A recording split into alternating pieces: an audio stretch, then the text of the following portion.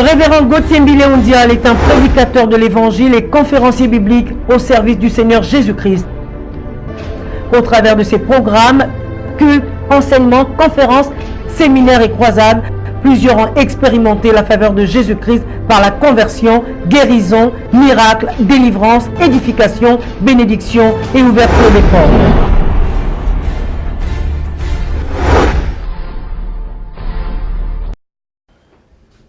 Que la bénédiction divine vous soit accordée en cet instant que vous suivez cette émission, ce message important que nous avons à vous communiquer de la part de notre Seigneur Jésus-Christ. Nous parlerons aujourd'hui sur un thème très important, l'attitude se règle. Nous allons tirer notre exhortation dans le livre d'Ésaïe, Ésaïe chapitre 54, le verset 1 à 5. Où la Bible nous dit « Réjouis-toi stérile, toi qui n'enfantes plus. Fais éclater ton allégresse et ta joie, toi qui n'as plus de douleur. Car les fils de la délaissée seront plus nombreux que les fils de celle qui est mariée, dit l'Éternel. Élargis l'espace de ta tente, qu'on déploie les couvertures de ta demeure. Ne retiens pas, allonge tes cordages et affermis tes pieux, car tu te répandras à droite et à gauche, ta postérité envahira des nations et peuplera des villes désertes. Ne crains pas, car tu ne seras point confondu. Ne rougis pas, car tu ne seras pas déshonoré, mais tu oublieras la honte de ta jeunesse et tu ne te souviendras plus de l'opprobre de ton veuvage. Car ton Créateur est ton époux, l'Éternel des armées, son nom est ton Rédempteur et le Saint d'Israël. Il se nomme Dieu de la terre. Dans ce texte, tout au début, dans le premier verset, on nous dit « Réjouis-toi, stérile, toi qui n'enfantes plus ». Ce texte nous introduit d'abord dans quelque chose de très important. Il nous parle d'une femme, en fait, qui est dans une épreuve, prenant l'Église, évidemment, comme cette femme. Mais l'épreuve qui nous est présentée ici, c'est l'épreuve d'une femme, pas qui n'a jamais eu des enfants, mais une femme qui enfantait, mais qui n'enfante plus. Car il est dit, réjouis-toi stérile, toi qui n'enfantes plus. Fais éclater ton allégresse et ta joie, toi qui n'as plus de douleur. Une femme qui n'enfante pas peut être dans l'espérance d'enfanter, peut se trouver aussi dans un découragement quelconque, mais peut se trouver des justifications que peut-être il y a une situation qui peut faire en sorte qu'elle n'enfante jamais. Mais une femme qui est enfantée, ça se passait normalement et puis un jour ça s'est arrêté, elle a des interrogations, elle a des questions.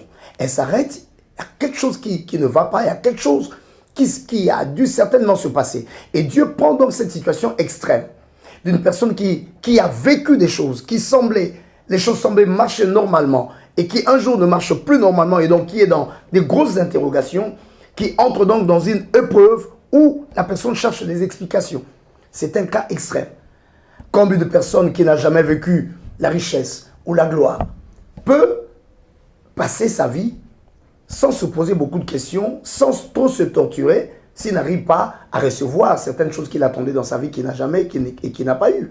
Mais quelqu'un qui a déjà expérimenté ce que c'est la richesse, quelqu'un qui a expérimenté ce que c'est la gloire, quelqu'un qui a été habitué à manger d'une certaine manière, quand ces choses lui sont privées, son esprit est plus dans un état de choc que quelqu'un qui n'en a jamais eu. Et donc Dieu prend ce cas pour nous expliquer le choc qui se passe. Mais dans ce choc ici, l'Éternel nous exhorte à quelque chose. Comme il le dit dans ces textes, réjouis-toi stérile. L'attitude se règle. Dans cette position, au lieu que cette perturbation puisse créer dans cette femme la tristesse, au lieu que ça puisse créer le laisser aller, Dieu veut plutôt que cette situation soit placée dans une position de joie. Réjouis-toi, toi qui n'enfantes plus. Le fait que tu n'enfantes plus devait t'amener dans la tristesse, normalement, dans la logique humaine, mais l'Éternel vient avec la puissance de son esprit pour t'amener dans une autre loi, qui est la loi de la bénédiction. Au lieu de t'attrister, au lieu de te laisser aller, il y a un moyen avec l'onction, avec la présence de l'Éternel, de régler ton attitude et manifester la joie à la place de la tristesse. Et cela est très important. Car celui qui s'attriste, il se détruit. Et il perd même ce qu'il avait gagné. Et celui qui se laisse aller perd une chose, l'opportunité qui est devant. Celui qui se laisse aller arrête son histoire. Mais il y a une attitude que nous pouvons avoir en réglant justement notre manière de réagir, c'est de se décider à se battre. Car celui qui se décide de se battre, qu'est-ce qu'il fait? Il fait le meilleur choix, car il vivra une expérience de vie. Et il comprendra que derrière l'histoire qui est venue le perturber, il y avait quelque chose. Et cette chose-là est une promesse divine, justement, où l'Éternel dit, fais éclater ton allégresse et ta joie, toi qui n'as plus de douleur, car les fils de la délaissée seront plus nombreux. Il y a donc une promesse positive qui est devant. Il y a quelque chose de positif qui arrive devant. Quand nous nous retrouvons dans une situation d'épreuve, donc l'attitude, mes bien-aimés, et l'état intermédiaire qui est entre ce qui s'est passé et ce qui va se passer. Je veux dire en fait que ce qui va se passer dépendra de l'attitude que l'on a vis-à-vis de ce qui s'est passé. Ce qui compte, ce n'est pas ce qui se passe maintenant dans ta vie, mais ce qui compte, c'est ce qui va se passer, car tu n'as plus le contrôle du passé, mais tu peux faire ton avenir. Mais ton avenir dépendra justement de l'attitude que tu prends maintenant. Quelque chose peut se passer pour te rendre triste, quelque chose peut se passer pour te voler l'enthousiasme ou le zèle, mais si tu as la tristesse, tu vas bloquer ton avenir. Si tu as la tristesse, tu vas détruire ton être. Mais si tu règles ton attitude en faisant de ce qui s'est passé un sujet de joie, tu vas attirer quelque chose de positif qui arrivera. Donc c'est pour te dire, mon frère, ma soeur, que l'attitude vient par quelque chose qui la stimule. Il y a quelque chose qui stimule, il y a quelque chose qui cause l'attitude. Et nous prenons une attitude en fonction des dispositions intérieures que nous avons en nous.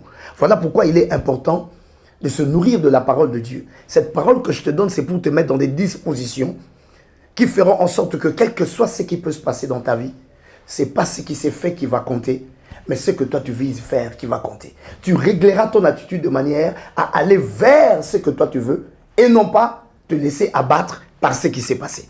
Donc, l'attitude vient par quelque chose qui cause ça et par des dispositions. Et donc, l'homme a le pouvoir de régler son attitude. Dieu nous donne ces pouvoirs-là. C'est pourquoi il dit, réjouis-toi. C'est pourquoi il dit, fais éclater ton allégresse et ta joie. Alors qu'il sait que charnellement, automatiquement, c'est une situation qui doit causer ta tristesse. Mais par son esprit, tu as la capacité de régler ton attitude qui est très important pour la suite des choses. Alors, ne règle jamais ton attitude en fonction de ce qui cause cette attitude, mais règle ton attitude en fonction de ce que tu vises. Si tu vises le succès, porte une attitude positive, porte la joie. Comme on nous le dit dans le psaume 45 au verset 7, on nous parle de cette onction de joie. Dieu oint, il verse une huile de joie. L'huile de joie nous met dans la position de premier, au-dessus de nos semblables. Nous trouvons une position de premier. C'est-à-dire, nous ne sommes plus, à cause de la joie intérieure que nous avons au-dedans de nous, nous ne sommes plus dans la même attitude que le commun des mortels, qui justement s'abat devant certaines situations. Mais nous commençons à voir la joie. Pourquoi? Parce que nous savons que chaque épreuve qui vient dans notre vie organise en fait une opportunité positive qui arrive. Mon frère, ma soeur, s'il y a quelque chose qui te perturbe aujourd'hui, je viens te dire qu'il y a quelque chose de très bon qui est en train d'arriver. Ton attitude de joie, ton attitude d'allégresse fera en sorte que tu enfanteras ces merveilles qui sont en train d'arriver. L'attitude, justement, attire l'action spirituelle. L'attitude, et c'est pourquoi on nous recommande d'être dans la joie. Lisons un texte dans Romains chapitre 5, et ça va nous édifier ce que produit quelque chose qui te perturbe, quelque chose qui vient, qui semble créer la tristesse en toi. Dans Romains chapitre 5, on nous dit ceci, si je le dis à partir du verset 1, « Étant donc justifiés par la foi, nous avons la paix avec Dieu par notre Seigneur Jésus-Christ, à qui nous devons d'avoir eu la part par la foi, accès à cette grâce dans laquelle nous demeurons fermes Et nous nous glorifions dans l'espérance de la gloire de Dieu. Bien plus, nous nous glorifions même dans l'affliction. Voilà. Bien plus, nous nous glorifions même dans l'affliction, sachant que l'affliction produit la persévérance. La persévérance produit la victoire. La victoire dans l'épreuve. Et cette victoire produit quoi? L'espérance. Or, l'espérance ne trompe point, parce que l'amour de Dieu est répandu dans nos cœurs par le Saint-Esprit qui nous a été donné. Nous voyons donc tout un schéma que je te propose. Quand tu laisses la parole de Dieu venir en toi, tu cultives la foi vient de ce qu'on entend, et ce qu'on entend vient de la parole de Dieu, qu'est-ce qui se passera? Ton affliction va produire la persévérance. En d'autres termes, dès que tu sens quelque chose qui vient te perturber, qui vient causer le trouble, la tristesse en toi, c'est une prémisse qui annonce qu'il y a quelque chose de positif qui arrive. Toi qui n'as plus les douleurs d'enfantement, Dieu te dit, tu auras beaucoup plus d'enfants que celle-là qui est dans l'état tranquille maintenant. Donc, il y a une bénédiction grande qui est prévue pour toi, qui arrive pour toi. C'est pourquoi tu as la raison de persévérer. Ton affliction doit t'amener à la persévérance parce que ton affliction devient finalement un signal qu'il y a quelque chose qui arrive pour toi, qu'il y a un miracle qui arrive pour toi. Et la persévérance produira quoi? Ça produira la victoire. Tu te rendras compte que ce qui est venu, en fait, ce n'était qu'un combat, ce n'était qu'un défi pour lequel Dieu a mis déjà en toi la capacité de vaincre. Et quand tu auras vaincu, qu'est-ce qui se passera? Ce que tu avais toujours attendu dans ta vie, c'est-à-dire l'espérance, va se manifester. Car la victoire produira quoi? L'espérance. Il faut donc que tu avances. Alléluia. Il y a une espérance qui est attachée à ton épreuve. Oui, espère à la promesse. La promesse de celui-là qui ne ment pas, ton Dieu, il le dit clairement, que les fils de la délaissée seront plus nombreux. Et il dit, prends donc une attitude, commence à élargir l'espace de ta tente, commence à ouvrir tes portes, commence à te mettre dans la position de la bénédiction, au lieu plutôt de commencer à te morfondre et à descendre plus bas. Les fils de la délaissée seront. N'envie donc pas.